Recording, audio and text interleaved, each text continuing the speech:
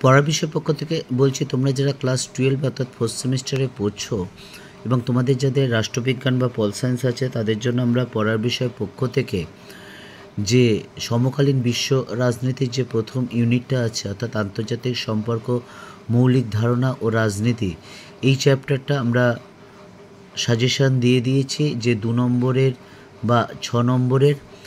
তা আমরা 2 নম্বরের প্রত্যেকটা কোশ্চেনের উত্তর দিয়ে দিয়েছি এবং সেগুলো বুঝিয়েও দিয়েছি, এবং 6 নম্বরের দুটো কোশ্চেনের উত্তর দিয়ে দিয়েছি। দুটো প্রশ্ন হলো আন্তর্জাতিক সম্পর্ক, আন্তর্জাতিক রাজনীতির মধ্যে পার্থক্য, এবং দ্বিতীয় যেটা দিয়েছে মার্ক্সবাদের মূলনীতি। আজকে আমরা এই চ্যাপ্টারে একটি গুরুত্বপূর্ণ প্রশ্ন নিয়ে আলোচনা করব, যেটা তোমাদের 2026 সালে 4th সেমিস্টার, যে 12ই ফেব্রুয়ারি পরীক্ষা শুরু হবে। তোমরা জানো উচ্চ মাধ্যমিক শিক্ষা সংসদ থেকে তোমাদের ডেট বা রুটিন বলে দিয়েছে, এবং তোমাদের রাষ্ট্রবিজ্ঞান পরীক্ষা আছে 20 ফেব্রুয়ারি সকাল 10টা থেকে 12টা পর্যন্ত। আমরা যে নোটগুলো দিই, তোমরা জানো, হিস্ট্রি, পল সায়েন্স, ফিলোসফি বা এডুকেশান, সেই নোটগুলো কিন্তু বুঝিয়েও দিই, কারণ আমরা পড়ার বিষয়ের পক্ষ থেকে মনে করি তুমি যদি নোটটা বুঝতে না পারো তাহলে কিন্তু তোমার কাছে কোনো গুরুত্ব নেই। কাজেই আমরা যেই নোটগুলো দিই সেগুলো বুঝিয়ে দেওয়ার চেষ্টা করি। জানি না কতটা সফল হচ্ছে, তোমাদের উত্তর বা তোমাদের ফিডব্যাক আমাদের কাছে খুবই পাথেয়। তাহলে আমরা বুঝতে পারবো যে তোমরা একটু হলো আমাদের মাধ্যমে তোমরা সুবিধা হচ্ছে, তা আমাদের চেষ্টা বা আমাদের পরিশ্রম কিছুটা হলো সফলতা পাচ্ছে। তা আজকে আমরা এই চ্যাপ্টারের একটি গুরুত্বপূর্ণ প্রশ্নের উত্তর আলোচনা করব। প্রশ্নটা হচ্ছে, চলো দেখি। দেখো, প্রশ্নটা হচ্ছে আন্তর্জাতিক সম্পর্কবাদে পাঠে উদারনৈতিক দৃষ্টিভঙ্গির বৈশিষ্ট্যগুলো আলোচনা করো। আন্তর্জাতিক সম্পর্কে যে সকল মতবাদগুলো আছে, যেমন মার্ক্সবাদ, তার মধ্যে অন্যতম হলো উদারনীতিবাদ। অর্থাৎ আন্তর্জাতিক সম্পর্ক পাঠে যত সব দৃষ্টিভঙ্গি আছে তার মধ্যে অন্যতম হলো উদারনীতিবাদ। এই উদারনীতিবাদের কথাটাই বুঝতে পারছো, উদার অর্থাৎ কোনো রকম যুদ্ধ, অশান্তি, হিংসা চায় না। যুদ্ধ, অশান্তির পরিবর্তে তারা শান্তি, সহযোগিতা ও পারস্পরিক নির্ভরশীলতার উপর জোর দেয়।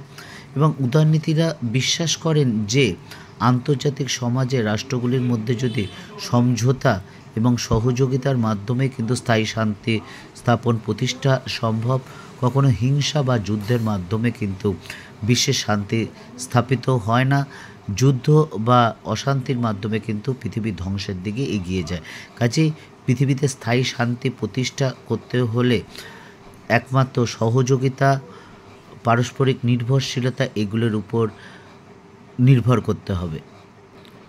এই উদারনীতিবাদের যে মূল বৈশিষ্ট্যগুলি দেখা যায় বা মূল নীতিগুলি দেখা যায়, তার মধ্যে প্রথমটা হচ্ছে আন্তর্জাতিক সহযোগিতায় বিশ্বাস।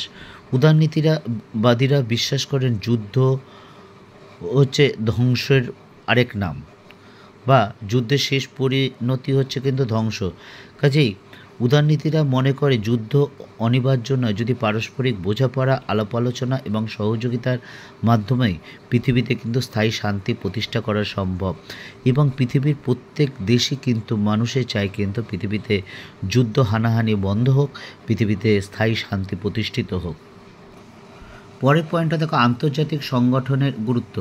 উদারনীতিবাদীরা মনে করেন বিভিন্ন যে আন্তর্জাতিক সংগঠন, অর্থাৎ সম্মিলিত জাতিপুঞ্জ, বিশ্বব্যাংক, সার্ক, আসিয়ান, কমিকন, এই যে বিভিন্ন যে আন্তর্জাতিক সংগঠনগুলি আছে, সেই আন্তর্জাতিক সংগঠনগুলির মধ্যে পারস্পরিক সহযোগিতা ও আলাপ আলোচনার মাধ্যমে বিরোধ কিন্তু নিষ্পত্তি করা সম্ভব, এবং সেই বিরোধে নিষ্পত্তি করে পৃথিবীতে কিন্তু স্থায়ী শান্তি প্রতিষ্ঠা হতে পারে।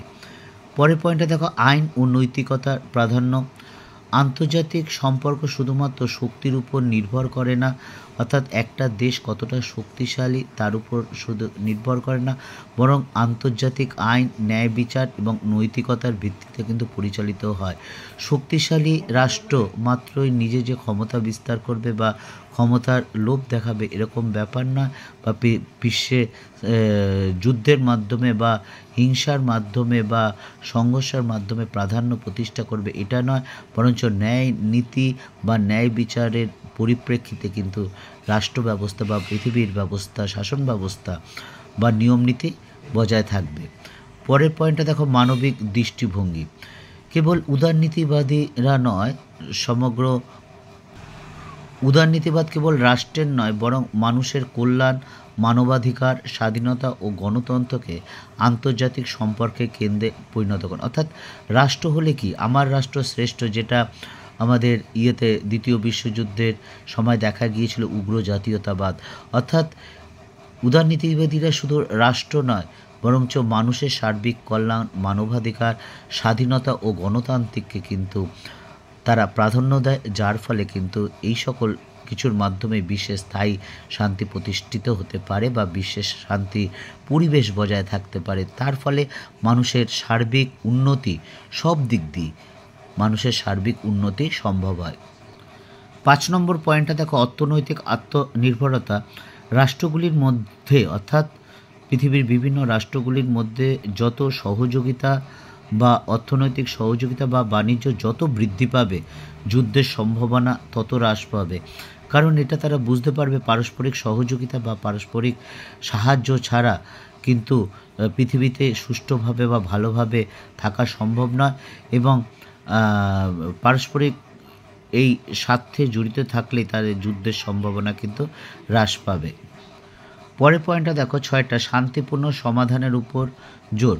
উদারনীতিবাদীরা বিশ্বাস করেন যে যুদ্ধের পরিবর্তে বা সংঘাতের পরিবর্তে বা সংঘর্ষের পরিবর্তে যদি কূটনৈতিক আলাপ আলোচনা বা সমঝোতার মাধ্যমে বিরোধ নিষ্পত্তি করা কিন্তু সম্ভব, এবং তারা কিন্তু এই সংঘাত বা সংঘর্ষের পরিবর্তে পারস্পরিক আলোচনা বা কূটনৈতিক আলোচনা এবং সমঝোতার মাধ্যমে কিন্তু শান্তি স্থাপন করার উপর গুরুত্ব দিয়েছেন।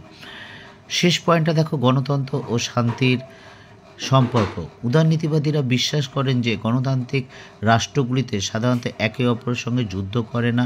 একে বলা হয় ডেমোক্রেটিক পিস থিওরি। কারণ গণতন্ত্র রক্ষা করতে গেলে শান্তির পরিবেশ দরকার। কারণ প্রত্যেক মানুষ, যে কোনো দেশের সাধারণ মানুষ কিন্তু যুদ্ধ চায় না। কাজেই যুদ্ধ যখন জনগণ চায় না, তো সরকারও কিন্তু চায় না। কাজেই গণতান্ত্রিক পরিবেশ বজায় থাকলে পৃথিবীর লোকেদের মধ্যে শান্তির বজায় থাকবে।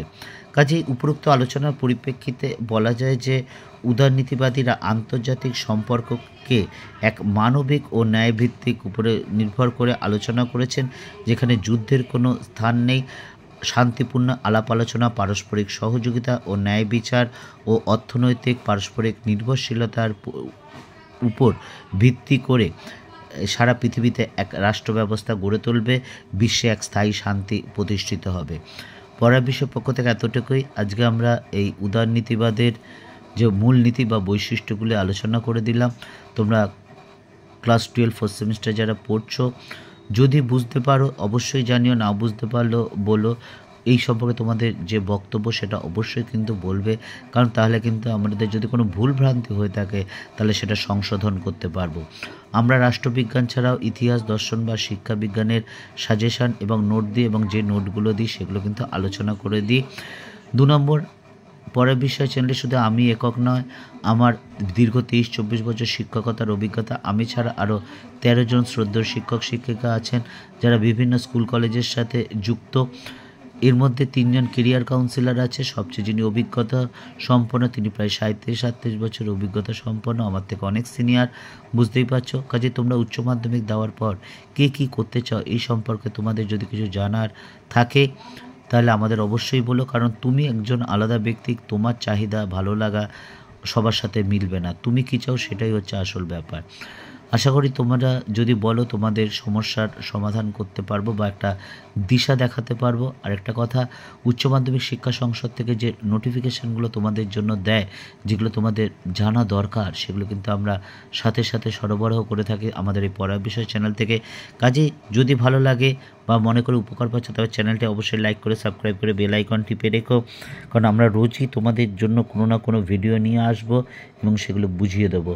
পড়ার বিষয় পক্ষ থেকে এতটুকুই। পরীক্ষা বেশি বাকি নেই, ভালো করে পড়াশোনা করো, সঠিক পদ্ধতিতে পড়াশোনা করো, নিয়ম নীতি মেনে পড়াশোনা করো, লিখে প্র্যাকটিস করো, বুঝে মুখস্থ করো, চোখ কান বুঝে কিন্তু মুখস্থ করো না। পড়ার বিষয় পক্ষ থেকে এতটুকুই।